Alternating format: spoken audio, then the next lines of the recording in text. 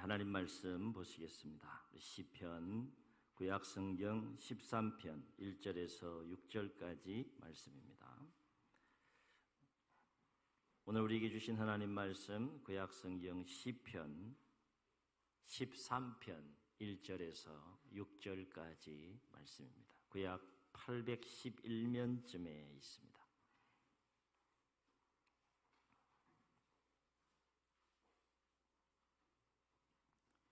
우리 함께 교독하십니다. 여호와여, 어느 때니까 나를 영원히 잊으시나이까? 주의 얼굴을 나에게서 어느 때까지 숨기시겠나이까?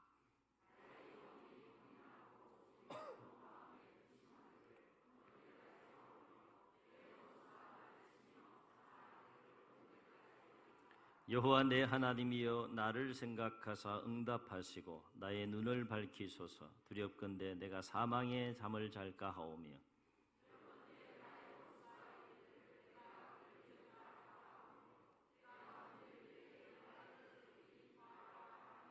나는 오직 주의 사랑을 의지하여 싸우니 나의 마음은 주의 구원을 기뻐하리이다. 내가 여호와를 송축하리니 이는 주께서 내게 은덕을 베푸심이로다. 아멘. 이 시간 이제 강사 목사님 나오셔서 예물을 위해서 기도해 주시고 또 말씀 전해 주실 때에 우리가 사모하는 마음으로 박수로 맞이하시겠습니다.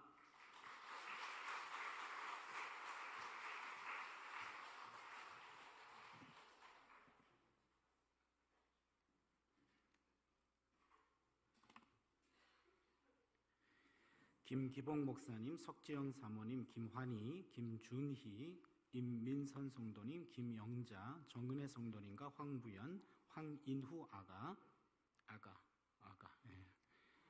황인찬 어린이, 황인준 어린이, 김동환, 박순일, 조한희 집사님, 최경묵, 박여옥, 박진수 목사님, 김진영 목사님과 박혜수 사모와 김이안아기, 김기희 집사님, 유장열, 김영선 집사님, 송창환 권사님, 박숙자 권사님, 김택선 성도님, 서윤경 성도님, 최운혁 권사님, 유청심 집사님, 송수미 집사님, 김혜진 사모님, 신희진 어린이, 류용식 집사님, 신희찬 학생, 신희성 학생, 라연순 사모님, 박민희 성도님, 문홍숙 집사님, 이용주 청년, 이소연 학생, 문진현 집사님, 유미옥 집사님, 김미향 집사님, 김춘희 집사님, 박용조, 전수혜 권사님, 최영애 권사님, 김기숙 권사님, 김홍배 집사님, 이길자 집사님 무명으로 드렸고요.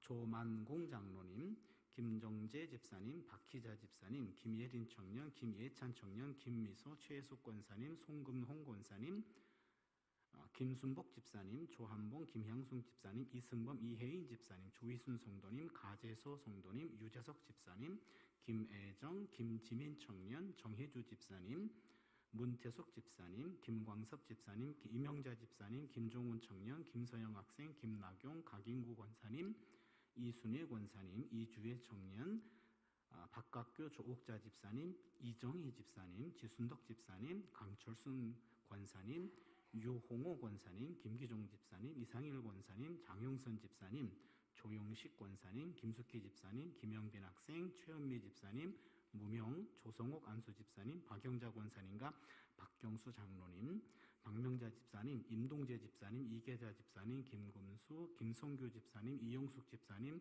김혜성, 박영희 집사님, 이종훈 집사님, 박화자 집사님, 표대인 집사님, 원영미 집사님, 표승준 청년, 표의준 학생, 안정자 권사님, 홍명진 목사님, 박인성 장로님, 나정옥 권사님, 최상선 장로님, 유병면 전도사님, 안성모 성도님. 기도 올리겠습니다. 하나님,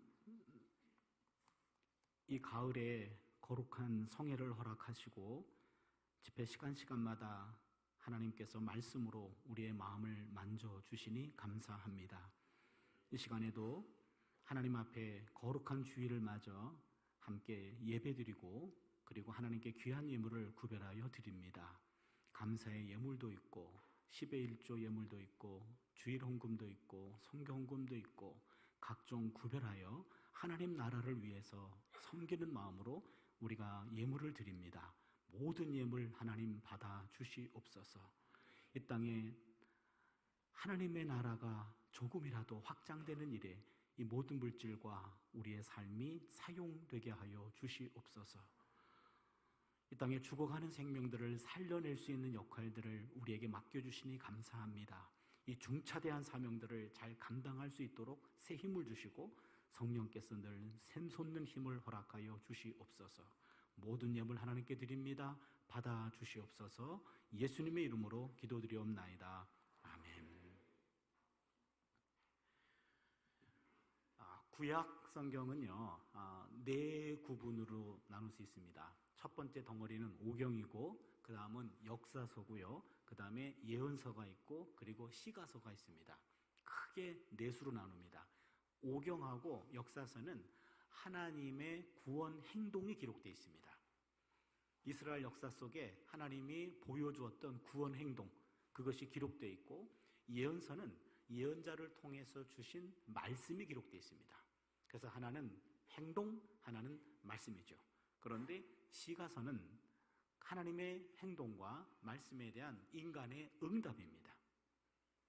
그렇다면 오경과 역사서는, 그리고 예언서는 위에서부터 아래로 주어지는 거고 일종의 계시고, 그리고 시가서는 계시에 대한 인간의 응답이라고 말할 수 있습니다.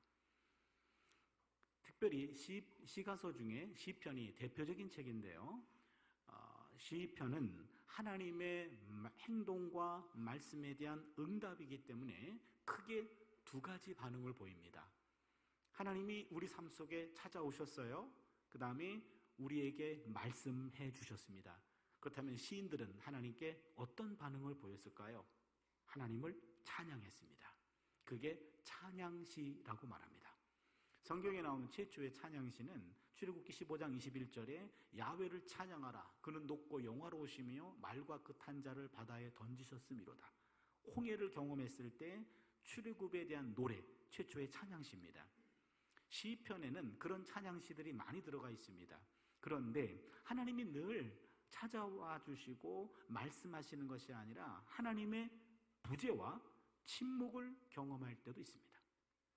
내 삶 속에 하나님이 안 계신 것 같고 아무리 기도해도 응답이 없습니다. 하나님의 부재와 침묵을 경험할 때 시인들은 하나님 앞에 탄원시로 반응했습니다. 탄원시는 나의 하나님 어찌하여 나를 버리시나이까, 시편 22편 같은 경우에 탄원시죠. 예수님이 십자가상에서 이용하셨던 시편이기도 하죠. 어느 때까지입니까? 어느 때까지 그 얼굴을 내게서 가리우시나이까? 이런 식으로 하나님의 부재에 대해서 안타까워하는 마음으로 드리는 게 탄원시입니다. 찬양시는 노래가 되고 탄원시는 기도가 됩니다. 우리가 하나님과 만날 수 있는 통로는 딱 두 가지입니다. 하나는 찬양이고 하나는 기도입니다. 우리의 시편 22편 3절을 보면 이스라엘의 찬양 중에 거하시는 하나님 그랬습니다. 우리의 찬양은 단순히 예배를 준비하는 수단이 아니라 찬양부터 예배입니다. 찬양 중에 삼위일체 하나님이 임재하시는 줄로 믿습니다. 그래서 우리의 찬양은 감히 하나님을 초청하는 그런 거룩한 수단이 됩니다. 하나님이 우리 찬양 가운데 임재하셨다면 그 하나님께 말을 거는 것, 그게 바로 기도가 되겠죠. 그러게 시편 150편이나 되는데 150편은 깔뱅이라고 하는 장로교 신학자가 있지 않습니까? 깔뱅이의 표현에 의하면 영혼의 해부도다라고 얘기했어요. 우리 영혼이, 우리 심령이 하나님 앞에서 보일 수 있는 모든 경우가 다 들어가 있다라는 얘기죠. 그렇기 때문에 시편 150편 전체는 다윗 때부터 작사, 작곡되었습니다. 다윗은 주전 1000년의 사람입니다. 그러면 주전 1000년 전부터 기원 후 2000년까지 3000년 동안 많은 신앙인들은 시편을 통해 하나님을 찬양했고 시편을 통해 하나님께 기도했습니다. 그러기에 우리가 하나님 앞에 기도할 때 여러분 기도 교과서라고 할 수 있는 바로 시편을 보면 내가 지금 하나님께 찬양을 하는 것이 옳은지 탄원하는 것이 옳은지, 만약에 탄원한다면 기도한다면 어떤 기도를 해야 옳은지 이게 다 들어가 있습니다. 그렇게 시편을 통해 깊이 연구하다 보면 시편을 통해 기도하면 하나님이 훨씬 익숙해 있습니다. 왜? 3000년 동안 들어왔던 기도이기 때문에 반응 속도가 빨라요. 그리고 오늘 특별히 오늘 전 성도들이 다 모였을 때 제가 오늘 시편 13편은 기도에 관한 시편인데 기도에 관한 메시지를 나누려고 합니다. 오늘 이것을 잘 배워서 하나님과 잘 소통할 수 있는 그런 은혜가 있기를 바랍니다. 이런 것들을 몽땅 무시하고 그냥 마구 달라는 기도, 우린 그것을 막달라 기도라고 얘기합니다. 대부분의 사람들이 막달라 기도에 익숙해져 있어요. 그러다 보니까 하나님이 처음에는 막달라 기도에 상당히 신경 쓰십니다. 제가 뭐라고 얘기하나 기도의 순서도 없고 뭘 말하는지 모르겠는데, 그러나 이 막가파 성도들이 많아서 하나님도 어느 정도 익숙해 있는 것 같긴 합니다. 그러나 이왕 하나님과 소통할 때 제대로 된 소통을 오늘 말씀을 통해 배우는 시간이 되었으면 좋겠습니다. 오늘 시편 13편은 탄원시입니다. 탄원시는 기도입니다. 기도는요, 여러분 개인 탄원시, 개인으로 하나님께 탄원할 때 5가지 요소가 있습니다. 잘 기억해 주셔야 됩니다. 첫 번째는 하나님을 부릅니다. 두 번째는 불평합니다. 내 마음속에 있는 그런 안타까움과 불만을 그대로 다 하나님께 다 토해냅니다. 세 번째는 간구합니다. 네 번째는 신뢰를 고백합니다. 그리고 5번째는 찬양합니다. 이 5가지입니다. 하나님 부르고 불평하고 그 다음에 간구하고 신뢰를 고백하고 그리고 찬양하는 겁니다. 아주 쉽게 얘기할게요. 하나님, 두 번째, 나 죽을 것 같아요. 세 번째, 살려주세요. 네 번째, 그리 하실 거죠? 5번째, 할렐루야, 이런 겁니다. 그러니까 탄원 기도는 울면서 시작했다가 웃으면서 기쁨으로 끝나는 게 탄원 기도입니다. 여기서 우리는 2가지만 좀 짚고 넘어가려고 하는데, 여러분 기도할 때 어떤 분은 급한 나머지 하나님을 안 부르고 그냥 본론으로 들어갑니다. 그러면 하나님이 쟤 지금 누구한테 기도하니? 그럴 겁니다. 헛소리입니다. 하나님을 부르지 않는 기도는 독백이고 헛소리입니다. 분명히 하나님을 불러야 됩니다. 근데 여러분 기도하실 때 하나님을 불러야지 예수님이라고 기도하면 하나님이 우편에 앉아 계신 예수에게 야, 너한테 기도한다. 네가 알아서 해라야. 네, 두 분이 싸우십니다. 여러분 기도는 하나님한테 하는 거예요. 예수 안에서 성령의 도움으로 하나님께 기도합니다. 그렇게 분명히 구별하셔야 됩니다. 기도는 하나님에게 한다. 그리고 맨 마지막에 예수님 이름으로 기도합니다. 그러는데 어떤 분들은 예수님 이름으로 기도했습니다. 이런 식으로 과거형이나 완료형을 쓰시는 분이 있어요. 그것은 잘못된 기도입니다. 기도 드렸습니다. 그렇게 얘기하면 그래 했니? 그 다음으로 넘어가요. 기도했다며 유효가 거기까지입니다. 그리고 기도는 맨 마지막에 예수님 이름으로 기도합니다 라는 현재형을 써야 됩니다. 기도 드립니다, 기도하나이다, 현재형을 씁니다. 그게 영원한 현재형이라고 말합니다. 언제까지? 응답될 때까지 유효기간이 열려 있는 거죠. 열심히 기도해놓고 기도했습니다. 했니? 다음 사람 넘어간단 말이에요. 그러시면 너무 억울하죠. 기도하옵나이다, 기도 드립니다, 이렇게 현재형을 쓰면 응답될 때까지 지속적인 효력, 지속적인 기도가 이렇게 계속 하나님께 전달되고 있는 겁니다. 2가지 말씀드렸죠. 하나님께 기도합시다. 그리고 현재형으로 기도해야 됩니다. 그 내용입니다. 그러면은 시편 13편을 한번 눈으로 확인해 보겠습니다. 한번 보세요. 13편입니다. 야훼여 1번, 여러분 번호를 매겨주세요. 야훼여, 하나님 불렀습니다. 1조가 2조를 보시면 어느 때까지니까 나를 영원히 잊으시나이까? 주의 얼굴을 나에게서 어느 때까지 숨기시겠나이까? 나의 영혼이 번민하고 종일토록 마음이 근심하기를 어느 때까지 하며 내 원수가 나를 치며 자랑하기를 어느 때까지 하리이까? 뭐죠? 불평입니다. 불평 혹은 탄원. 그 다음에 3절 4절을 보겠습니다. 야훼 내 하나님이여 나를 생각하사 응답하시고 나의 눈을 밝히소서. 두렵건대 내가 사망의 잠을 잘까 하오며 두렵건대 나의 원수가 이르기를 내가 그를 이겼다 할까 하오며 내가 흔들릴 때 나의 대적들이 기뻐할까 하나이다. 뭐죠? 간구. 좋습니다. 5절을 보세요. 나는 오직 주의 사랑을 의지하여 싸우니 나의 마음은 주의 구원을 기뻐하리이다. 뭐죠? 신뢰입니다. 마지막 6절입니다. 내가 야훼를 찬송하리니 이는 주께서 내게 은덕을 베푸심이로다. 뭐죠? 찬양입니다. 아주 전형적인 탄원 기도입니다. 5가지 요소가 그대로 나와 있습니다. 하나님, 불평, 간구, 신뢰, 찬양입니다. 오늘 우리는 이 탄원시 요걸 통해서 기도에 대한 메시지를 함께 나눠보려고 합니다. 첫 번째, 불평에도 첫 번째 메시지입니다. 불평에도 들어주는 불평과 금지된 불평이 있습니다. 시편 13편의 시인은 하나님이 부재한 것을 불평하고 있어요. 하나님 어느 때까지입니까? 어느 때까지 내 기도를 그렇게 무시할 겁니까? 어느 때까지 나를 그렇게 방치할 겁니까? 어느 때까지 나를 영원히 잊으시나이까? 주의 얼굴을 나에게서 언제까지 숨기시겠습니까? 나의 영혼이 번민하고 종일토록 마음에 근심하기를 어느 때까지 하오며 내 원수가 나를 치며 자랑하기를 어느 때까지 내가 참아야 됩니까? 하나님께 불평하고 있죠. 이스라엘 역사 속에서 가장 불평이 많았던 시절이 있습니다. 기억하실지 모르겠네요. 광야 시절입니다. 그들은 홍해를 건넜습니다. 기적적으로 온 이스라엘 민족들이 다 구원받았습니다. 그런데 광야를 지나자마자 그들은 바로 불평하기 시작합니다. 불평이 얼마나 많았던지 그들의 불평에 기록된 것이 출애굽기와 민수기예요. 그래서 출애굽기와 민수기에 나타난 불평 주제에 관한 연구, 이런 것도 우리 구약학에서는 열심히 합니다. 불평이 어찌 그리 많은지 이 불평을 열심히 연구해 봤더니 불평에 대한 두 가지 패턴을 학자들이 발견했습니다. 오늘 특별히 불평 많은 분들 잘 들으셔야 돼요.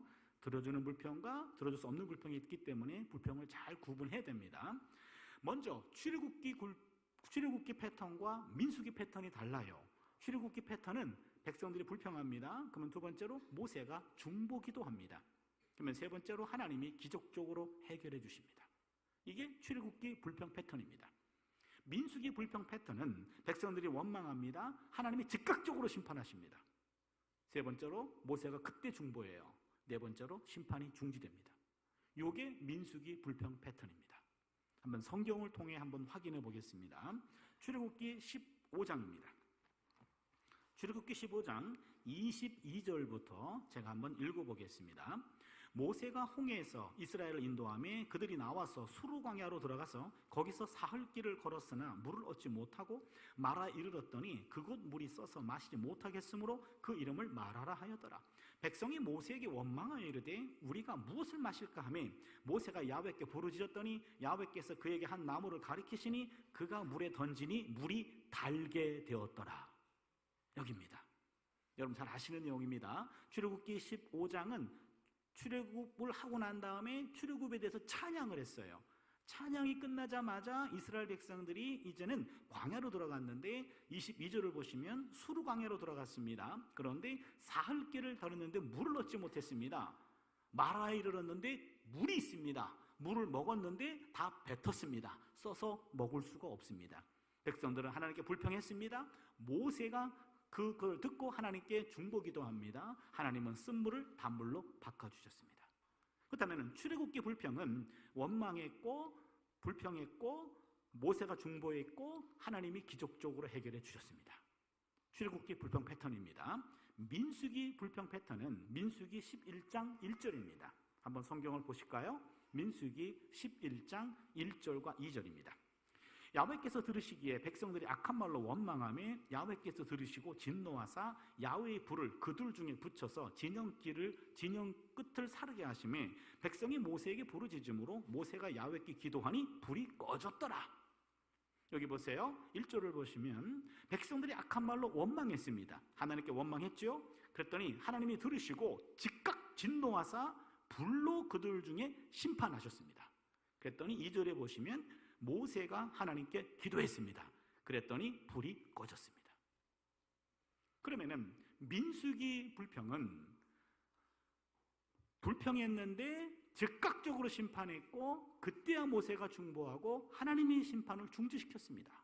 출애굽기와 민수기 불평이 달라요. 출애굽기 불평은 하나님이 기적적으로 해결해 주셨는데 민수기 불평은 하나님이 심판하셨습니다. 어떤 차이가 있나요? 출애굽기 불평은 생존과 직결된 문제로 발생한 겁니다. 여러분 아무리 홍해를 가르는 기적을 경험했다 하더라도 3일 동안 광야에서 물 한 방울 먹지 못하면 누구나 불평, 원망할 수밖에 없습니다. 생존과 직결된 문제로 나오는 불평은 하나님이 들으시고 기적적으로 해결해 주셨습니다. 그런데 민수기 불평은 바로 욕심과 불신에서 나온 불평입니다. 욕심과 불신에서 나온 불평은 하나님이 듣지 않으시고 심판하셨습니다. 그렇다면 불평을 보니까 하나님이 들어주는 불평이 있고 들어줄 수 없는 불평이 있네요. 허용된 불평이 있고 허용이 안 되는 불평이 있습니다. 합당한 불평이 있고 부당한 불평이 있습니다.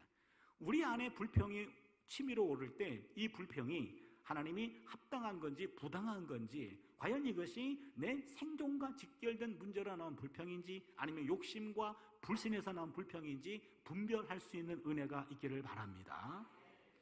두 번째는요, 한번 따라할까요? 불평은 사람이 아니라 하나님 앞에 풀어놓아야 합니다. 불평은 사람에게 하는 것이 아니라 하나님 앞에 풀어놓아야 됩니다. 한번 다시 시편 13편을 한번 다시 넘어오겠습니다. 시편 13편을 보시면은요, 아까 말씀드렸듯이 1절과 2절은 불평했습니다. 3절과 4절을 보시면 야훼 내 하나님이여 나를 생각하사 응답하시고 나의 눈을 밝히소서. 두렵건대 내가 사망의 잠을 잘까 하오며 두렵건대 나의 원수가 이르기를 내가 그를 이겼다 할까 하오며 내가 흔들릴 때 나의 대적들이 기뻐할까 하나이다. 여기 보니까 시편 13편 1절 2절은 불평했고 3절 4절은 간구했습니다. 이 시는 문제가 있었을 때, 마음속에 불평이 가득 찼을 때 하나님 앞에 와서 불평했고 하나님께 간구했습니다. 이 대목이 중요합니다. 여러분, 예레미야라는 예언자를 아시죠? 예레미야는 하나님 때문에 결혼도 못했습니다. 예레미야는 하나님이 결혼을 금지시켰습니다. 그리고는 예레미야 입에 하나님이 말씀을 넣어주셨습니다. 그런데 그 말이 강포와 멸망입니다. 예레미야는 안 가겠다고 했는데 하나님이 가라고 해가지고 입만 열면은 입에다 말을 넣어주겠다고 해서 그 말에 속았어요. 그래서 갔습니다. 입을 열었습니다. 멸망과 강포예요. 듣는 사람들이 은혜 받기는커녕 듣는 사람들이 그를 죽이려고 합니다. 아니, 예레미야의 고향이 아나돗인데 아나돗 고향 친구들도 예레미야를 죽이려고 하고, 예레미야는 국가가 위험한 시중에 바벨론의 침공이 눈앞에 있는 그 상황에서 하나님의 메시지는 항복하라는 것입니다 라고 바벨론에게 항복하라는 메시지를 던졌고, 우리나라는 망합니다 이렇게 얘기했어요. 그러니 국가적으로도 매국노가 됐습니다. 피해 다니는 신세가 됩니다. 예레미야는 자신의 뜻과 무관하게 하나님의 부르심에 의해서 붙들림 바 되었고 하나님의 메시지를 선포했는데 그에게 돌아오는 것은 온갖 조롱과 비방거리가 됩니다. 예레미야는 괴로웠습니다. 예레미야는 하나님 앞에 와서 이렇게 따집니다. 예레미야 12장 1절을 보면 야훼여 내가 주와 변론할 때는 주께서 의로우시니이다. 그러나 내가 주께 질문하옵나니 악한 자의 길이 형통하며 반역한 자가 다 평안함은 무슨 까닭이니까? 예레미야의 유명한 탄원 기도인데요, 하나님, 내가 지금 하나님 앞에 이해가 안 되는 것이 있는데 내가 하는 일은 내 일이 아니고 하나님이 시키신 일 맞죠? 그런데 그 일을 하면 악한 사람들이 내 앞을 막아서고 나를 해코지하고 나를 넘어뜨리려고 하고 나를 죽이려고 하는데 그 사람들은 형통해. 그리고 나는 점점 어려워. 이게 뭡니까? 이거예요. 다른 일도 아니고 하나님이 맡기신 일인데 그것을 막아서는 사람들은 형통하고 그 일을 감당하는 나는 점점 더 어려워지니 이게 뭡니까? 하나님께 따지고 있죠. 예레미야 15장 15절을 보니까 주를 위하여 내가 부끄러움 당하는 줄을 아시옵소서. 하나님 때문에 내가 지금 치욕거리가 된 것 하나님 아셔야 됩니다. 하나님 때문에 내 인생 망가진 것 책임지셔야 됩니다. 그리고는 15장 18절에 더 심한 말을 합니다. 예레미야 15장 18절을 보시면 나의 고통이 계속하며 상처가 중하여 낫지 아니함은 어찌 됨이니까? 주께서는 내게 대하여 물이 말라서 속이는 시내 같으시리이까? 여기 물이 말라서 속이는 시내, 우리가 나무의 영성을 얘기할 때 저는 그는 시냇가에 심은 나무 할 때 시냇가를 설명하면서 제가 간헐천을 얘기했습니다. 우기 때는 시내가 형성되는데 건기 5, 6개월 동안 비가 오지 않는 계절이 있어요. 1년에 5, 6개월은 비 한 방울 없습니다. 그때는 시냇물이 말라붙어 버려요. 마치 하나님은 나를 부를 때 물이 풍성했던 시냇가입니다. 나를 부르면서 야, 지치고 힘들면 언제든지 와서 이 생수를 마셔라 그랬어요. 그래서 하나님의 그 제안을 받아들인 겁니다. 그리고는 힘들고 지쳐서 그 생수가 생각나가지고 갔더니 이게 웬일입니까? 물 한 방울 없네요. 완전 속았어. 하나님 사기꾼 아닙니까? 그런 얘기예요. 지금 예레미야서에서 하나님한테 가장 막말하는 것 두세 개가 있는데 그 중에 하나입니다. 당신 사기꾼 아니요? 그렇게 얘기합니다. 이쯤 되면 하나님도 너 참 두고두고 보니 좀 너무 심한 거 아니니? 라고 몇 대 쥐어 박을 것 같은데 하나님은 그것마저도 당신에게 하는 그 탄원 불평을 들어주십니다. 너는 내게 부르짖으라. 내가 내게 응답하겠고 내가 알지 못하는 크고 비밀한 일을 내게 보이리라 하시면서 그 마음을, 답답한 마음을, 안타까운 마음을 하나님께 퍼부었을 때 하나님은 그것을 계속 들으신다라는 얘기죠. 우리가 첫날 고난의 영성을 얘기할 때 욥을 얘기했습니다. 욥도 사람들과 아무리 논쟁했지만 대답이 없습니다. 답이 없습니다. 그때 욥은 하나님께 와가지고 하나님 앞에 기도하게 되죠. 하나님을 만나야 문제가 해결된다 라고 해서 드디어 욥은 하나님 앞에 서게 됩니다. 욥은 사실 하나님한테 많이 상처받았어요. 잘 나가던 욥이 잘 알잖아요. 아무런 죄도 없이 욥은 영문을 알 수 없는 채 모든 것을 다 날렸단 말이에요. 모든 것 다 날렸는데 최소한 하나님이 허락하신 거예요. 욥의 입장에서는 바로 이 참을 수 없는 분노와 원망을 하나님께 느낀 겁니다. 하나님께 실망한 거예요. 하나님께 절망했습니다. 그럼에도 불구하고 욥은 하나님을 외면할 수가 없어요. 왜? 바로 욥을 치시니가 욥을 다시 회복시킬 수 있는 분이기 때문에 그래요. 이게 딜레마입니다. 미워 죽겠어. 안 보고 싶어. 그런데 그분만이 이 문제를 해결할 수 있어요. 하나님은 낮추기도 하시고 높이시기도 하시는 분이라 나를 치신 분이에요. 마음의 상처가 커요. 그러나 이 상처를 치료할 수 있는 분은 또 그분밖에 없네. 그러니 그분 앞에 와서, 나를 치시는 그분 앞에 와서 바로 따지는 것이 바로 욥의 기도였습니다. 아무리 인간들의 지혜가 동원돼도 욥의 문제는 해결되지 않았습니다. 하나님께 와서 무릎 꿇었을 때 문제가 해결이 됐습니다. 하박국 선지자도 마찬가지입니다. 하박국 1장 2절 4절을 보면은요, 하나님께 탄원합니다. 야훼여, 내가 부르짖어도 주께서 듣지 아니하시니 어느 때까지입니까? 내가 강포로 인하여 외쳐도 주께서 구원치 아니하시나이다.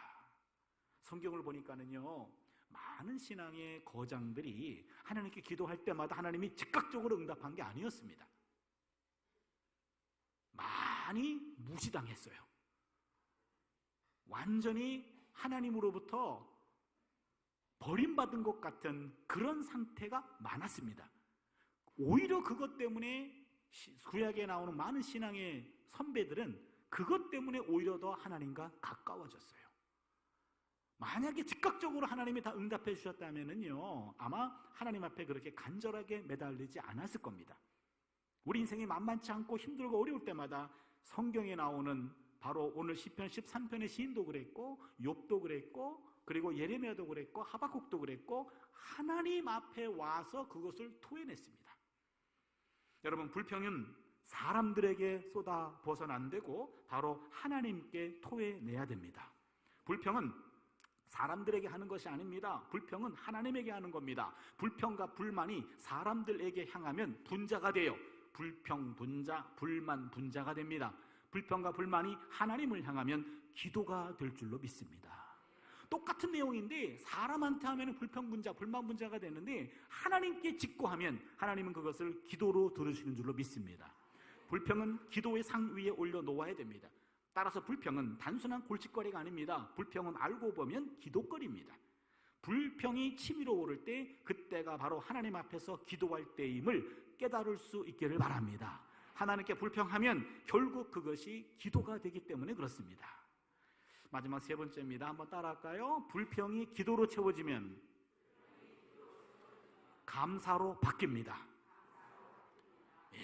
아까 우리 시편 13편의 시인이요, 1절 야훼여, 1절 2절은요 불평했죠. 3절 4절은 간구했죠. 그리고 5절을 보세요. 나는 오직 주의 사랑을 의지하였사오니 나의 마음은 주의 구원을 기뻐하리이다. 갑자기 신뢰를 합니다. 그리고는 6절에 내가 야훼를 찬송하리니 이는 주께서 내게 은덕을 베푸심이로다 하면서 찬양합니다. 그렇다면 잘 보세요. 이 시인은 불평 속에, 불만 속에 하나님께 와가지고 어느 때까지입니까? 어느 때까지 그 얼굴 내게서 가리우시나이까? 내 원수가 나를 조롱하기를 내가 어느 때까지 참아야 됩니까? 답답한 마음 가지고 하나님께 왔어요. 하나님께 기도했습니다. 그랬더니요, 하나님 앞에서 불평하고 탄원하고 통곡의 기도를 하던 시인이 갑자기 신뢰를 확신합니다. 그러자 하나님이 내 기도를 응답해 주셨다라는 확신이 되면서 이제는 자연스럽게 감사와 찬양으로 바뀌었습니다. 바로 이겁니다. 기도는 결국에 탄원 기도는 감사와 찬양으로 넘어가게 돼 있습니다. 성경에 보니까는요, 많은 신앙의 위인들은 바로 그런 기도를 했어요. 여러분, 예를 들어서 예레미야 20장을 한번 같이 보겠습니다. 예레미야 20장 10절입니다. 예레미야 20장 10절을 보시면은요,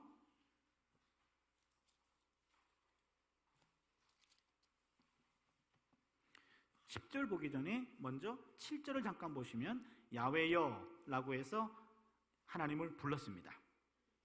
그리고는요, 여러분 7절부터 지금 10절까지가 탄원입니다. 불평입니다. 그 불평 중에 대표적인 거 10절부터 제가 보겠습니다. 나는 무리의 비방과 사방이 두려워함을 들었나이다. 그들이 이르기를 고소하라. 우리도 고소하리라 하며 내 친한 벗도 다 내가 실족하기를 기다리며 그가 혹시 유혹을 받게 되면 우리가 그를 이기어 우리 원수를 갚자하나이다. 욥은 지금 예레미야는 지금 하나님께 불평하고 있습니다. 내 친구들도 나를 지금 넘어뜨리려고 지금 계획을 갖고 있고 지금 그들이 호시탐탐 노리고 있습니다. 그리고는 11절을 보세요. 그러하오나 야훼는 두려운 용사 같으시며 나와 함께 하심으로 나를 박해하는 자들이 넘어지고 이기지 못할 것이오며 그들은 지혜롭게 행하지 못함으로 큰 치욕을 당하오리니 그 치욕은 길이 있지 못할 것이니이다. 뭐죠? 예, 뭐죠? 신뢰입니다. 신뢰를 고백하고 12절을 보세요. 의인을 시험하사 그 패부와 심장을 보시는 만군의 야훼여 나의 사정을 주께 아뢰어싸운즉 주께서 그들에게 보복하심을 나에게 보게 하옵소서. 뭐죠? 좀 도와주세요. 뭐죠? 간구. 그리고는 13절 보세요. 야훼께 노래하라. 너희는 야훼를 찬양하라. 가난한 자의 생명을 행악자의 손에서 구원하셨음이니이다. 뭐죠? 찬양이 되죠. 그러면은 여기서 예레미야가 지금 탄원의 기도를 하고 있는데 7절부터 10절까지는 7절은 야훼여 하나님 불렀고 7절부터 10절까지는 탄원 불평했고 그 다음에 11절은 신뢰를 합니다. 그 다음 신뢰를 고백하고 12절에 간구하고 13절에 찬양합니다. 원래 순서하고 다르죠. 그렇죠? 원래 순서는 야훼여 그 다음에는 부르고 불평하고 간구하고 신뢰 고백하고 찬양인데 예레미야는 지금 야훼여 부르고 그 다음에 불평하고 그 다음에 신뢰를 하고 간구하고 찬양했어요. 이거는 뭘 얘기해 주냐면 예레미야가 지금 마음이 복잡한 거예요. 여러분 기도할 때 막 울면서 힘들어 기도할 때 하나님 두 번째가 뭐더라? 불평하라 그랬지. 불평하고 세 번째는 뭐더라? 이거 아니에요. 그렇잖아요. 그냥 나오는 대로 하는 거예요. 나오는 대로. 하나님 어떻게 된 일입니까? 하다가 갑자기 신뢰가 해결될 것 같아. 해결될 줄로 믿습니다. 근데 아닌 것 같아. 다시 또 불평하고요. 왔다 갔다 하는 게 많아요. 시편 13편은 교과서입니다. 교과서적으로 보여주는 게 13편이에요. 여러분 만약에 개인적으로 기도하실 때 시편 13편에 있는 것 같이 하나님 나 죽을 것 같아요 살려주세요 그리하실 거죠 할렐루야 요 순서대로 내가 기도를 해왔다라는 분은 기도의 고수. 나는 아니네 막달라 기도의 고수. 그래서 지금부터 여러분이 개인적으로 기도할 때 이 기도 순서를 조금씩 염두에 두고 하면서 기도가 그렇게 조금씩 바뀌어가야 됩니다. 그래서 오늘 13편의 시인과도 같이 그런 기도를 하나님께 드릴 수 있는 거죠. 중요한 것은 바로 이겁니다. 하나님 나 죽을 것 같아요 살려주세요. 여기까지는 탄식의 분위기입니다. 여기까지는 울면서 하는 기도예요. 그런데 네 번째, 그리하실 거죠? 여기부터 분위기가 바뀌어요. 그렇잖아요. 그리고는 할렐루야 이러고 끝나요. 울면서 기도했는데 웃으면서 끝나요. 근데 여러분, 이거는 시편 13편의 시인만 그런 것이 아니라 우리도 그런 경험 있으시죠? 정말로 힘들고 답답한 마음 가지고 와서 어디 가서 하소연할 데도 없고 하나님 앞에 와가지고 통곡하며 울며 기도했는데 끝날 때 기쁨으로, 웃음으로 끝나는 거예요. 그렇잖아요. 근데 여러분이 기도하는데 울면서 시작했는데 끝날 때는 더 통곡해. 이건 어떻게 된 겁니까? 기도가 덜 끝나서 그래요. 기도를 중지해서 그래요.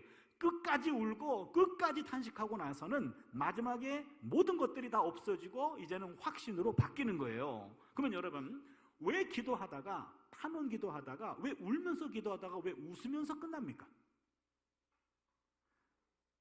그 원인을 찾아낼 때마다 시편 박사들이 배출돼요. 어떤 연구냐면 개인 탄원 시에 나타난 분위기 급변의 동인에 관한 연구. 말이 어렵죠? 예, 학자들은 쉬운 말을 이렇게 어렵게 만드는 게 학자들의 달란트입니다. 개인 탄원 시에 나타난 분위기 급변의 동인에 관한 연구. 쉽게 얘기하면 하나님 죽을 것 같아요. 살려주세요. 그리하실 거죠? 3번, 4번이 어떤 일이 있었길래 분위기가 바뀌었냐 이 얘기예요. 이 원인을 찾아낼 때마다 시편 박사가 배출되는데 두 가지만 여러분에게 소개하려고 합니다. 첫 번째는요, 미래 구원 사건의 선취 이론입니다. 미래 구원 사건의 선취 이론. 이게 뭐냐면 지금 엄청난 문제에 휘몰려 있어요. 하나님께 와가지고 하나님 이게 뭡니까? 어느 때까지 내가 이 문제 속에서 파묻혀야 됩니까? 하나님 제발 좀 도와주세요 라고 기도했는데 앞으로 이 문제가 갑자기 해결될 것 같은 확신이 드는 거예요. 여러분, 인간의 불평은 기도를 통하면 하나님의 영으로 세례를 받아서 불평이 사라지고 그 자리에 갑자기 감사로 채워지게 되어 있습니다. 그 응답은 아직 현실화되지 않았습니다. 그런데 응답될 것 같은 확신이 드는 거예요. 내 기도가 바뀌는 겁니다. 기도해보신 분들은 알아요. 내가 인위적으로 그런 것이 아니라 갑자기 내 마음속에 해결될 것 같은 확신이 확 들어오는 거예요. 그래서 미래의 구원 사건의 선취 이론이라고 말합니다. 미래에 일어날 구원 사건을 미리 취하게 됨으로 말미암아 내 기도가 바뀌는 거죠. 두 번째는요, 과거 구원 사건의 회상 이론입니다. 이건 뭐냐면 기도 중에 갑자기 과거에 더 큰 문제가 있었는데 그 문제를 해결해 주었던 그 구원 사건을 그동안 잊어버렸어요. 그런데 기도 중에 불현듯 그게 생각이 나는 겁니다. 과거의 구원 사건이 회상이 되네요. 그걸 통해서 그럼 이 문제는 그거에 비하면 아무것도 아니네. 그러면서 문제가 갑자기 작게 느껴지고 이 문제도 시간 문제네. 그러면서 해결될 것 같은 확신이 드는 겁니다. 이것을 과거 구원 사건의 회상 이론이라고 그럽니다. 그러면요, 기도는, 잘 들으세요. 기도는 미래에 일어날 구원 사건을 선취함으로 현재화하고, 기도는 과거에 경험한 구원 사건을 회상함으로 현재화하고, 기도는 현재 내가 갖고 있는 흩어진 에너지들을 문제로 집결하는 역할을 합니다. 더 쉽게 얘기할까요? 기도는 미래의 에너지를 끌어다 쓰고, 기도는 과거의 에너지를 재활용하고, 기도는 현재 흩어져 있는 에너지를 모아주는 역할을 하는 게 기도입니다. 그렇다면 기도는 이 어느 것 하나 에너지를 끌어올 수 있다면 어떤 문제도 감당할 수 있습니다. 그렇기 때문에 기도 이외에는 이와 같은 능력이 일어나지 않는다라고 얘기한 것은 바로 거기에 있습니다. 우리가 오늘 기도에 대한 말씀을 좀 나누고 있는데요, 여러분, 기도는 세 가지 미래 에너지, 과거 에너지, 현재 에너지를 다 끌어들일 수 있는 신비한 능력인 줄로 믿습니다. 하나님이 우리에게 주신 선물이에요. 그러기에 여러분, 우리가 기도를 늘 합니다. 그렇지만 정말로 기도 어떻게 해야 되는지, 자신 있게 나같이 기도하면 돼, 그럴 사람 많지 않은 것 같습니다. 제가 최근에 그런 반성이 있어가지고요, 지난 학기에 구약의 기도라는 과목을 박사과정에서 개설했어요. 구약의 기도. 전 세계적으로 구약의 기도에 관심 있는 사람 거의 없더라고요. 저는 어차피 이게 교회를 위한 학문을 하는 사람입니다. 구약을 해도 교회 성도님들에게 어떻게 이것을 전달해 줄 것인가, 어떤 의미가 있는가, 그렇게 하다 보니까 구약의 성령 이거 연구하고 있고요, 구약의 기도 연구하고 있는데, 구약의 기도를 연구하면서 정말로 내가 하나님이 주신 기도의 선물을 내 것으로 만들고 싶어요. 기도는 연구만 한다고 되는 것이 아니라 실제 기도해야 돼요. 하나님 앞에 와가지고 기도를 해야 됩니다. 그거를 통해서 내가 성경을 통해 깨달은 것들, 내가 기도함으로 배우는 것들, 기도를 내 것으로 만드는 겁니다. 우리의 마지막 호흡이 찬양과 기도로 활용될 수 있기를 바랍니다. 그렇다면 어떻게 기도하는 것이 좋은 건가? 이걸 우리가 열심히 배워야 되고 함께 기도해야 됩니다. 그래야 하나님이 주신 기도의 능력을 사용하게 될 줄로 믿습니다. 불평이 원망으로 채워지고 운명을 거론하거나 남을 탓하기 시작하면 걷잡을 수 없이 거대해집니다. 결국 자신을 파멸로 이끌고 맙니다. 그러나 불평이 기도로 채워지면 불평은 갑자기 사라지고 그 자리에 감사와 찬양이 솟아나게 돼 있습니다. 불평에서 감사로 넘어가는 다리는 기도입니다. 불평과 감사 사이에는 기도의 열쇠가 숨어 있습니다. 그 기도의 열쇠를 발견하고 그 기도의 열쇠로 불평의 자물쇠를 열면 감사의 문이 활짝 열리게 되는 줄로 믿습니다. 여기까지가 성경에서 우리가 볼 수 있는 기도에 관한 메시지인데, 현대인들은 성경보다도 과학자들의 말들을 더 많이 신뢰하는 것 같아요. 그래서 기도와 관계된 과학자들의 글들을 제가 좀 모아봤습니다. 과학자들이 이구동성으로 하는 말은 기도는 과학적으로 힘이 세다, 이런 말을 해요. 기도는 힘이 세다. 뭔 얘기냐면 미국의 펜실베니아 대학의 신경과학자 앤드류 뉴버그라는 사람이 있는데, 뇌 영상 기술을 활용해가지고 기도에 몰입했을 때 뇌의 상태를 촬영했습니다. 그냥 대충 하는 기도가 아니라 정말로 기도에 몰입해가지고 하나님과 교제가 이루어지는, 하나님과 소통이 되는 바로 그 순간이 뇌는 어떤 상태일까, 이거를 찍었습니다. 뉴버그는 이렇게 발표했습니다. 기도의 절정이 이르렀을 때 머리 꼭대기 아래에 위치한 두정력 일부에서 기능이 갑자기 현저히 저하하고 이마 바로 뒤에 위치한 전두엽 오른쪽에서 활동이 증가되었다. 여러분 무슨 얘기인지 모르시죠? 저도 모릅니다. 쉽게 얘기하면 기도에 몰입했을 때 뇌의 어느 한 부분은 갑자기 기능이 떨어지고 어떤 부분은 기능이 활성화됐다는 거예요. 그럼 뭘 얘기합니까? 기도가 뇌에 영향을 준다예요. 이게 결과입니다. 우리가 하는 기도가 뇌에 영향을 주고 있다는 거예요. 여기다가 뭘 꽂고 전자파를 쏘지 않아도 내가 기도하는 그것이, 기도의 방법만 제대로 알고 있다면, 기도를 제대로 할 수 있다면, 기도에 몰입할 수 있다면 내 기도가 뇌에 영향을 줘서 이것을 변화시킨다는 거예요. 영향을 준다는 겁니다. 이분이 더 연구했어요. 더 연구해가지고 최근에 이걸 발표했습니다. 기도를 오랫동안 반복하면 뇌의 일부 구조가 영구적으로 바뀐다, 이겁니다. 한 걸음 더 나아갔어요. 기도를 오랫동안 반복하면 뇌의 일부 구조가 영구적으로 바뀝니다. 특히 전두엽이 두터워져서 기억 능력이 향상되는 것을 찾아냈습니다.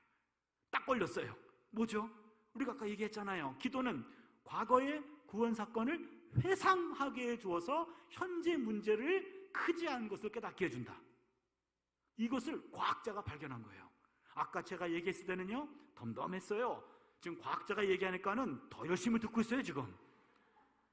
여러분, 이 과학자가 바로 기도를 반복하는 것이 뇌에 끊임없이 자극을 줘서 뇌 자체를 바꿔버려 기억 능력이 향상됨으로 말미암아 좋았던 것들을 기억하게 한다는 겁니다. 그걸 통해서 지금 어려운 문제들은 과거에 더 어려운 문제가 있었는데 해결해 주었다라는 것을 생각나게 함으로 지금의 문제를 실체를 너무나 과포장하지 않고 실체를 보게 하고 해결될 거다라는 확신을 갖게 한다는 거죠. 우리가 새벽기도 같은데 이제 권사님들이 매일 나오셔가지고 새벽기도를 계속 기도를 많이 하세요. 그럼 제가 권사님한테 권사님 뭐 그렇게 열심히 기도하세요? 그러면은 아이고 목사님 나 맨날 똑같은 기도해 그래요. 그러면서 아주 부끄러워하셔요. 또 그 나이 때 왜 부끄러워하시는지 모르겠어요. 그러니까 맨날 똑같은 기도하는데요. 근데 매일 똑같은 기도하는 거 그게 잘하는 거예요. 그거 쉽지 않습니다. 여러분 뭐 현대인들이 무슨 뭐 다이어트 한다, 무슨 복근을 만든다, 뭐 힙업 시킨다, 뭐 이래가지고 뭐 스포츠 센터 가가지고 운동을 하잖아요. 운동을 하는데 가서 맨날 그 런닝머신 뛰고 이제 유산소 운동하고 그 다음에 또 근력 운동한다고 맨날 이 짓 하거든요. 저도 하는데 꼭 바보 같아요. 뭐 하는 짓인가 싶어요 이게요. 예, 매일 반복하는데 저는 매일은 못하고 이렇게 정기적으로 하는데 그렇게 해야 근력이 생겨요. 근력이. 마찬가지로 기도도 동일한 장소에서 동일한 시간에 동일한 내용을 반복적으로 얘기할 때 기도의 근력이 생기는 거예요. 기도의 근육이 생깁니다. 기도의 근육은 뇌에 새겨지는 거예요. 기도의 근육이 생기면은요, 어떤 문제가 와도 뇌 몸 자체가 이미 근력이 형성되어 있어요. 기도의 근력. 그렇지 않아도 요즘 기도 제목이 좀 뜸해가지고 기다렸는데 잘 됐다. 야, 들어와라. 그리고 기도로 퇴치가 가능한 거죠. 몸이 기도로 최적화되어 있는 거죠. 이것은 계속해서 반복된 기도입니다. 이건 과학자가 한 말이에요. 기도를 오랜 시간 반복하다 보면 뇌를 영구적으로 바꿔버린다는 겁니다. 여러분, 이와 같은 기도의 능력을 우리 모두가 가질 수 있기를 바랍니다.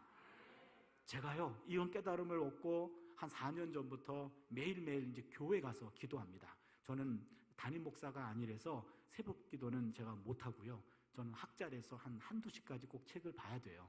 그래서 새벽에는요, 내 정신이 아닙니다. 남 정신으로 기절하고 있어요. 그래서 새벽 기도는 못합니다.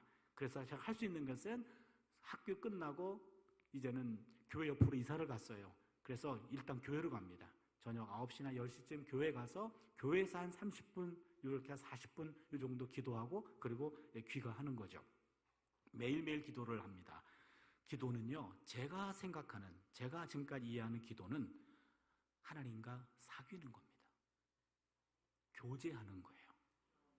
그냥 뭔가 문제가 있어서 기도하는 것이 아니라 그냥 오늘 하나님, 오늘날 일어나서 이런 일이 있었고 누구를 만났고 어떤 만남이 있었고 이런 일이 있었습니다.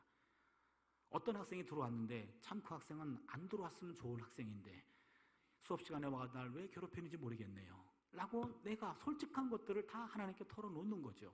모든 것들을 다 털어놓습니다. 일상을 다 하나님과 상의를 해요. 그 다음에는 내일 계획들을 하나님 앞에 차근차근 얘기합니다. 그러다 보면은 오늘 일상 속에서 내가 잘못했던 거 반성도 하게 되고 아쉬웠던 거 깨닫게 해주기도 하고 내일 일에 대해서 생각하지 못하는 거 생각나게 해주시는 거예요. 그러면서 하루하루 매일매일 동일한 장소에서 동일한 시간에 하나님과 교제하는 겁니다. 여러분, 평상시 교제가 충분해야 문제가 생겼을 때 뭔가 부탁을 하죠. 그렇잖아요. 고등학교 동기란 사람이 30년 만에 전화가 왔어요. 연구실로 전화가 와가지고 누구세요? 그랬더니 혹시 누구시지요? 그래서 예. 고등학교 어디 나오셨죠? 예, 맞아요. 몇 년에 졸업했죠? 예, 맞습니다. 그럼 우리가 친구인 거 아세요? 글쎄요, 누구시죠? 내 이름이 뭐잖아요? 그런 것 같긴 하네요. 그 친구네 이러면서 얘기해요. 한다는 말이 근데 돈 좀 꿔주라 이러는 거예요. 그러면은 실례하지만 누구세요? 그럼 끊어버리죠. 아니 30년 만에 전화해가지고 가까스로 이름을 기억했더니 돈 꿔달래. 돈이 꿔집니까 그게? 이상하잖아요. 매일매일 교제하고 매일매일 이야기 나누던 친구가 갑자기 표정이 어두워졌어. 그러면 제가 그 친구가 말하지 않아도 너 지금 뭐 문제 있니? 아니야, 그냥 별거 아닌데 문제가 있구나. 뭐 어떤 문제니? 그때 얘기가 나오면은 그럼 내가 어느 정도 좀 도와줄게. 뭔가 평상시 교제가 돼야, 사귐이 있어야 그 사람의 문제가 생겼을 때 뭔가 도움을 줄 수 있는 거 아닙니까? 여러분, 기도는 교제입니다.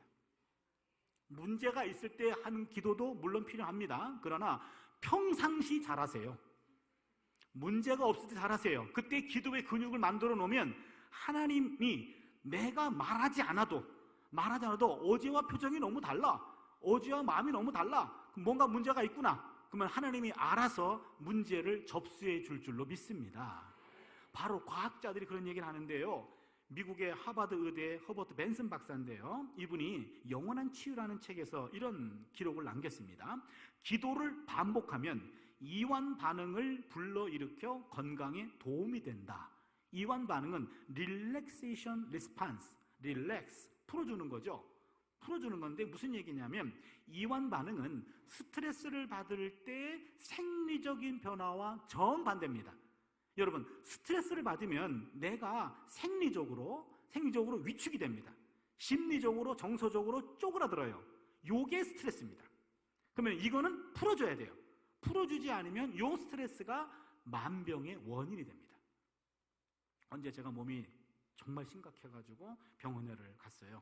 그래서 여기저기를 막 의사 선생님이 열심히 봤는데 원인을 찾아내지 못하는 거예요. 그때는 CT 찍자, CT 찍었어요. 일주일 뒤에 봤더니 별로 원인이 없대요. 그 다음에 좀 MRI 찍자, 못 찍자, 아무튼 한 달 동안 병원에 왔다 갔다 했어요. 병명을 모른다니까 굉장히 불안하잖아요. 그래서 뭐 유언장을 써야 되나 별 생각을 다 했어요.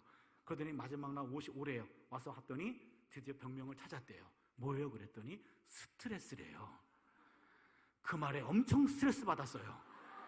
내가 그것 때문에 한 달 동안 엄청 스트레스를 받아가면서 그 돈을 갖다 바쳐가지고 했나? 근데 또 틀린 말도 아니에요. 맞잖아요. 스트레스래요. 근데 그걸 누가 모르나? 근데 그 모르는 스트레스가 만병의 출발인데 바로 그 스트레스를 릴렉스 해주는 게 기도라 그 얘기예요. 굉장히 중요한 거 아닙니까? 여러분, 누군가에게 내 아픔과 내 고통과 내 마음을 누군가에게 계속해서 교제할 수 있다는 것은 위축된 내 심리적 상태를 릴렉스 풀어주는 거예요. 내 생리적인 것도 풀어주고 심리도 풀어주고 정서도 풀어주고 이게 바로 릴렉세이션 리스판스라는 겁니다. 바로 기도예요. 이 과학자가 얘기하니까 더 설득력이 있는 것 같잖아요. 인구 통계학자가 이런 통계도 냈어요. 로버트 흉모 박사인데 일주일에 한 번 교회에 나가는 사람 신자는 교회와 평생 담쌓고 사는 사람보다도 특정 기간에 사망할 확률이 50%가 낮답니다. 그러면서 이분이 하는 말이 교회 신자가 보통 사람보다 2-3년 수명이 길답니다. 이분은 통계학자인데 어떤 인과관계가 있는지는 모르겠어요.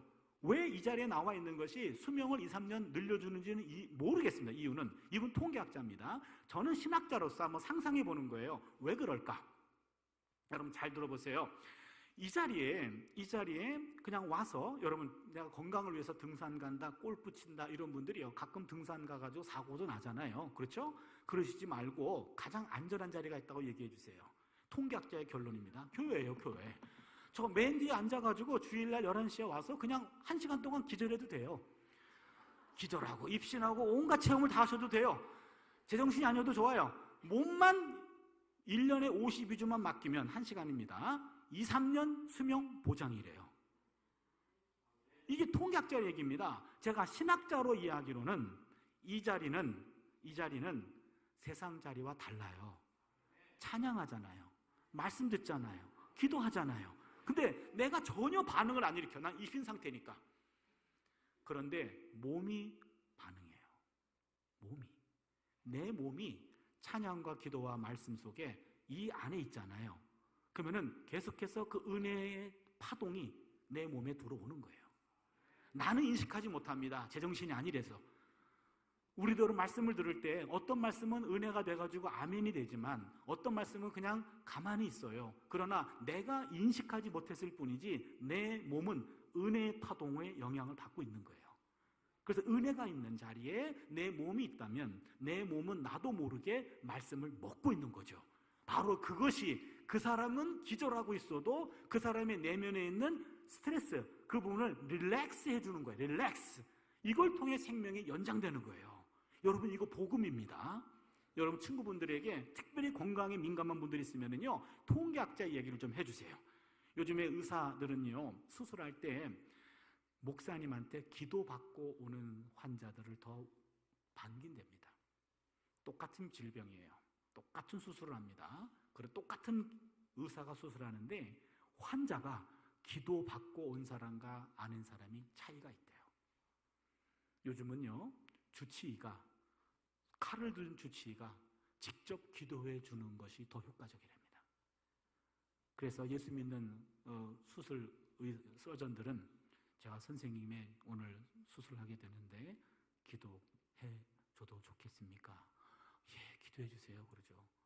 여러분 그 심정 한번 상상해 보세요. 수술대 위에 혼자 누워있고 바로 내 배에 칼을 들이대는 그런 수술대에서 뭐라도 잡고 싶은데 내가 기도해도 되겠습니까? 예, 기도해 주세요. 그러면은 선생님이 기도로 손을 잡고 하나님, 내가 오늘 이분을 수술하는 주치입니다. 제 손에만 맡기지 마시고 하나님이 제 오른손을 잡아주셔서 정확한 수술 부위를 정확하게 진단하게 하시고 그것을 잘 수술해서 잘 봉합이 되고 그리고 완벽한 수술 결과가 나오게 해주십시오. 기도 중에 마취과 의사가 마취약을 투입하죠.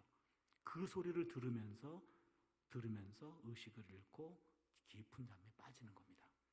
기도를 들으면서 그리고 좀 있다가 깨면은 회복실에 있고 그 다음에는 이제는 환자 이런 병실로 옮기면서 회복 속도가 빠르다는 거예요. 의사들이 말합니다. 기도가 갖고 있는 과학적 힘이에요. 기도는 과학자들도 인정할 만한 그런 힘과 에너지가 있습니다.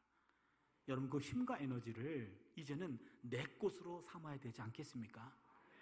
내가 하나님 앞에 고정된 자리에서 동일한 기도를 하면서 기도의 근육을 만들어서 바로 이 과학자들도 입증하는 그 기도의 능력을, 기도의 거룩한 습관을 우리 것으로 만들 수 있기를 바랍니다. 말씀을 정리할게요. 불평에도 들어주는 불평과 금지된 불평이 있다고 얘기했습니다. 불평을 해도 분별력 있는 불평을 하시기를 바랍니다. 하나님이 들어주는 불평과 하나님도 들어줄 수 없는 불평을 분별하는 은혜가 있기를 바랍니다. 불평은 사람에게 하는 것이 아닙니다. 하나님 앞에 풀어놓아야 합니다. 불평이 내 마음속에 밀려올 때는 그때는 사람이 아니라 하나님께 달려가서 하나님 앞에서 불평거리를 다 털어놓으시기를 바랍니다. 하나님은 우리의 불평에도 귀를 기울여 주시는 자비로운 아버지십니다. 자녀의 불평에 아버지는 귀찮아하지 않습니다. 왜? 그 불평인 그 얘기를 들어줘야 얘가 토해내야 살기 때문에 아버지는 들어줍니다. 엄마는 들어줍니다. 마치 하나님은 우리 아빠와 엄마와 같이 불평이 있고 마음에 무거운 짐이 있는 내 이야기를 들어주는 바로 하나님이신 것을 믿습니다. 불평이 기도로 채워지면 감사로 바뀐다고 했습니다. 불평이 원망으로 바뀌어서는 안 됩니다. 불평이 원망을 만나면 파멸을 낳습니다. 불평은 반드시 기도를 만나야 됩니다. 그래야 불평이 감사라는 옥동자를 낳습니다. 불평거리가 기도거리가 되고 불평거리가 감사 기도로 변하는 은혜의 역사가 우리의 남은 삶에 충만해지시기를 바랍니다. 아무것도 염려하지 말고 다만 모든 일에 기도와 간구로 너희 구할 것을 감사함으로 하나님께 구하라. 빌립보서 4장 6절의 권면이 우리 모두의 권면이 될 수 있기를 바랍니다. 여기서 끝나도 되는데 설교 제목이 설명이 안 됐어요. 풍기도 그게 뭐냐? 한 6분만 설명하고 말씀을 마치겠습니다. 영국 BBC 공영방송 특집 다큐멘터리에 나오는 내용입니다. 한 여자 선생님의 100살 생일 잔치를 담았습니다. 일본의 북쪽 홋카이도, 여러분 일본은 고구마같이 생겼는데 맨 오른쪽 위입니다. 지난번에 7.5도 지진 났던 그 홋카이도, 여기에 삿포로 지방에 산간 지역에 조그만 크리스천 고등학교가 있습니다. 아주 오래된 전통을 자랑하는 학교였지만 그 홋카이도 그 지역에 그 학교가 있는 지역은 경제적으로 낙후된 지역이었습니다. 그러다 보니까 자녀들한테 부모님들이 잘 해줄 수 없는 그런 곳이었죠. 그런데 학생들을 정말로 진심으로 사랑하는 선생님들이 많았습니다. 그 학교는 크리스천 고등학교였습니다. 하나님 사랑과 이웃사랑이라는 것이 교훈이었고 이것들을 몸소 실천하는 선생님들이 많았고, 특별히 그 중에 여자 선생님이 계셨는데 서예 선생님입니다. 학생들한테 하나님 사랑과 이웃사랑을 글을 쓰는 것을 가리키며 그들의 마음도 가르쳐주는 그런 아주 마음씨 좋은 선생님이었습니다. 그러나 시험에 실패해서 어깨를 쭉 늘어뜨리는 남학생들의 등을 쓰다듬어 주기도 하고, 또한 가정 형편이 어려워서 좌절하며 울음을 터뜨리는 소녀들의 울음을, 눈물을 닦아주는 그러한 친절한 여자 선생님이었습니다. 많은 세월이 지났고 은퇴하셨습니다. 은퇴 이후에도 수많은 세월이 지났고 어느 추운 초봄입니다. 마을 사람들이 그 선생님을 위해서 조촐한 행사를 준비했습니다. 선생님의 100세 생일 잔치입니다. 최근에 졸업한 젊은 제자부터 옛날에 졸업한 나이 많은 제자까지 다 모였고 동네 사람들이 다 모인 상태에서 이제 선생님의 풍금을 치면서 생일 축하 노래를 불렀고 100개 되는 촛불을 제자들의 도움을 받아가지고 다 껐습니다.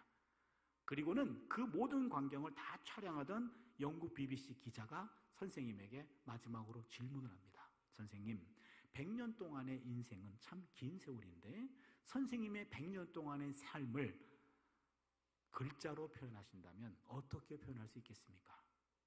선생님이 창문 너머로 물끄러미 저 산을 바라보다가 생각에 잠겼고 불현듯 붓을 들었습니다. 그리고는 3글자를 남겼습니다. 이쯤 되면은 눈치를 채야 됩니다. 첫 글자가 풍이었어요. 그 2번째 글자가 도였습니다. 그 다음에 3번째 글자가 기였습니다. 풍, 도, 기. 바람 풍자, 길도자, 빌기자, 기도할 기자입니다. 무슨 말입니까? 풍, 바람 부는 도, 길 위를 기, 기도하며 살았습니다. 요 풍도기라는 3글자가 그 여자 선생님의 100년의 삶을 다 정리한 거죠. 이 3글자를 남기고 며칠 뒤 그 선생님은 세상을 떠났습니다. 그 선생님은 I'm just a little old lady, 그저 작고 초라한 늙은입니다 라고 말했는데 그 다큐멘터리 제목은 A Little Giant Lady, 몸은 작았지만 아주 영웅적인 부인이었다. 이게 다큐멘터리 제목입니다. 여기서 끝났습니다. 이 풍도기라는 3글자를 보면서 제가 고민을 해봤어요. 그러면 나는 어떤 삶일까? 나는 아직 100살을 안 살았습니다. 100살을 향해 가죠. 그 다음 우리네 인생은 어떤 인생일까? 2번째, 3번째 글자를 바꿔보게 되더라고요. 풍기도. 무슨 얘기입니까? 풍, 인생길에 갑자기 바람이 불면 앞이 캄캄해집니다. 그때 기도하면 도, 길이 보인다 이 얘기죠. 여러분, 바람 없는 인생 없습니다. 직장에 바람이 불고요, 사업에도 바람이 불고요, 인간관계 속에도 바람이 불고요, 또한 가정에도 바람이 불잖아요. 부부관계도 바람이 불고 건강에 바람이 불고 자녀의 바람이 불어요. 아이고 목사님 좀 바람 없는 데 있으면 좋겠어요. 하나 있긴 있습니다. 무덤입니다. 무덤 속에 가시면 바람 없어요. 여러분, 바람을 느낀다는 건 우리가 살아있기 때문에 느끼는 겁니다. 그러면 살아있는 것과 바람은 공존할 수밖에 없어요. 그렇다면 그 바람 속에서 바람을 잠잠케 하는 방법을 터득해야 됩니다. 바로 그게 기도란 얘기입니다. 여러분, 갑자기 인생에 바람이 불면 앞이 캄캄해집니다. 앞이 안 보입니다. 그때 기도하자고요. 길이 보일 줄로 믿습니다. 여러분, 바람이 불면은요, 갑자기 길이 막혀버려요. 그때 기도하면 길도 뚫리게 될 줄로 믿습니다. 갑자기 바람이 불면은요, 길이 없어져요. 그때 기도하면 없는 길도 생기게 될 줄로 믿습니다. 이게 바로 풍기도의 영성입니다. 여러분, 다른 거는 다 잊어버리셔도요, 풍기도, 바람 불 때 기도하자. 그러면은 길이 생긴다. 바로 그 믿음 가지고 이제부터 기도하십시오. 이제부터 기도를 습관적으로 하십시오. 자리를 정해놓고 하십시오. 기도의 근육을 만드십시오. 그래서 풍기도를 통해서 미래 에너지, 과거 에너지, 현재 에너지를 다 끌어쓰시면서 기도 가지고 인생의 바람들을 잠잠케 하고 바람을 뚫고 나가는 그러한 풍기도의 영성으로 새로워질 수 있기를 축원합니다. 함께 우리 찬양하고 기도한 시간을 갖습니다. 하나님의 사랑을 사모하는 자, 하나님의 평안을 바라보는 자, 너의 모든 것 창조하신 우리 주님이 너를 얼마나 사랑하시는지 우리 찬양 함께 하면서 하나님께 나아갑니다.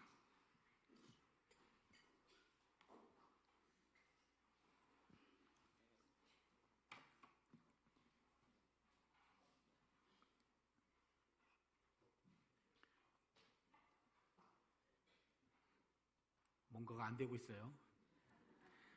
하나님의 사랑을 사모하는 자, 하나님의 평안을 바라보는 자, 너의 모든 것 창조하신 우리 주님이 너를 얼마나 사랑하시는지, 하나님 사랑의 눈으로 너를 어느 때나 바라보시고 하나님 인자한 귀로서 언제나 너에게 기울이시니 어두움에 밝은 빛을 비춰주시고 너의 작은 신음에도 응답하시니 너는 어느 곳에 있든지 주를 향하고 주만 바라볼지라, 주만 바라볼지라. 함께 찬양합니다.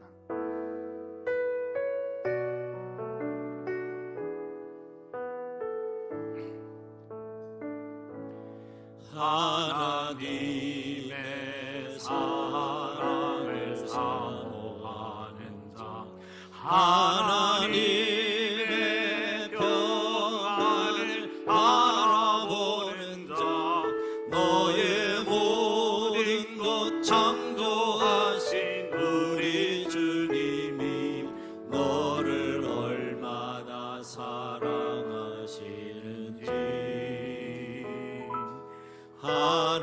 하나님께 찬양과 경배하는 자, 하나님의 선하심을 닮아가는 자, 너의 모든 것 창조하신 우리 주님이 너를 자녀 삼으셨네. 하나님 사랑의 눈으로 하나님 사랑의 눈으로 너를 어느 때나 바라보시고 하나님 자 비로소 언제나 너에게 기울이시니 어두움에 밝은 빛을 비춰주시고 너의 작은 신음에도 응답하시니 너는 어느 곳에 있든지 주를 향하고 주만 바라볼지라. 하나님 사랑의 눈으로 하나님 사랑의 눈으로 너를 어느 때나 바라보시고 하나님인 자 비로소 언제나 너에게 기울이시니 어두움에 밝은 빛을 비춰주시니 너의 작은 신음에도 응답하시니 너는 어느 곳에 있든지 주를 향하고 주만 바라볼지라. 주만 바라볼지라.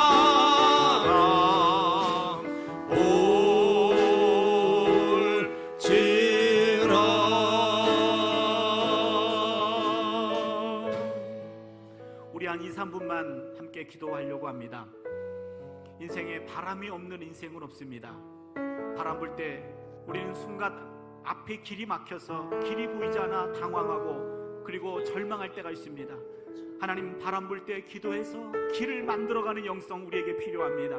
풍기도의 영성으로 우리를 무장시켜 주시옵소서. 이 바람 잘 날 없는 인생길에 우리 혼자 살 수 없습니다. 그러게 하나님은 우리와 함께 하시면서 기도의 능력을 우리에게 주셨습니다. 기도의 선물을 주셨습니다. 풍기도의 영성을 우리 것으로 만들게 하여 주시고 이후부터 기도하는 사람으로 거듭나게 하여 주시옵소서. 주여, 일창 드리고